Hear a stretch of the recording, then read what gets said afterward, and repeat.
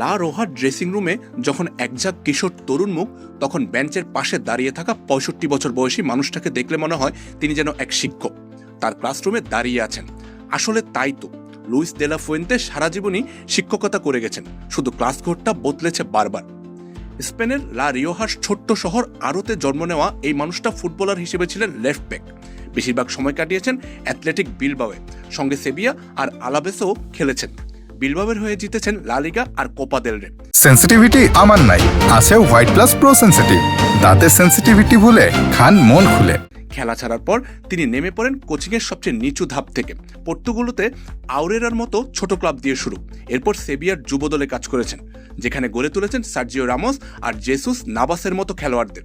২০১৩ সালে যোগ দেন স্পেনের ফুটবল ফেডারেশনে, আর সেখান থেকেই শুরু তার আসল গল্প।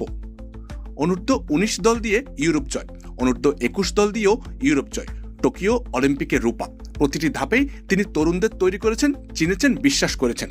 ২০২২ সালে কাতার বিশ্বকাপের পর যখন লুইস এনরিকে সরে দাঁড়ালেন, তখন এই একই মানুষকে দায়িত্ব দেওয়া হলো সিনিয়র দলে, নিজের হাতে গড়া প্রজন্মকে নিয়েই এগোনোর।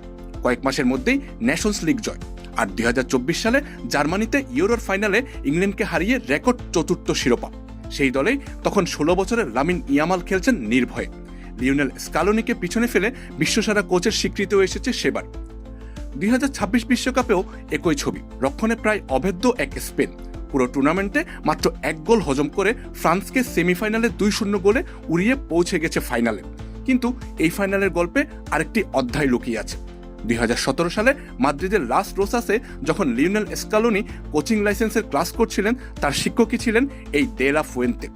স্কালোনি নিজেই একাধিকবার বলেছেন, সেই ক্লাসরুমে শেখা জিনিস তাকে অনেক দূর এগিয়ে নিয়েছে। আজ সেই ছাত্রই দাঁড়িয়ে আছেন ফাইনালে, শিক্ষকের ঠিক উল্টো পাশে।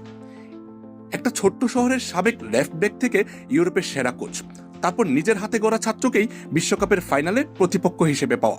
এই পথটাই বলে দেয় লুইস দে লা ফুয়েন্তে কেন আজ শুধু একজন কোচ নন। প্রশ্ন একটাই, নিজের হাতে গড়া দর্শন দিয়ে কি তিনি এবার ছাত্রকেও ছাড়িয়ে যাবেন? আমজাদ হোসেন আবির, খেলা ৭১।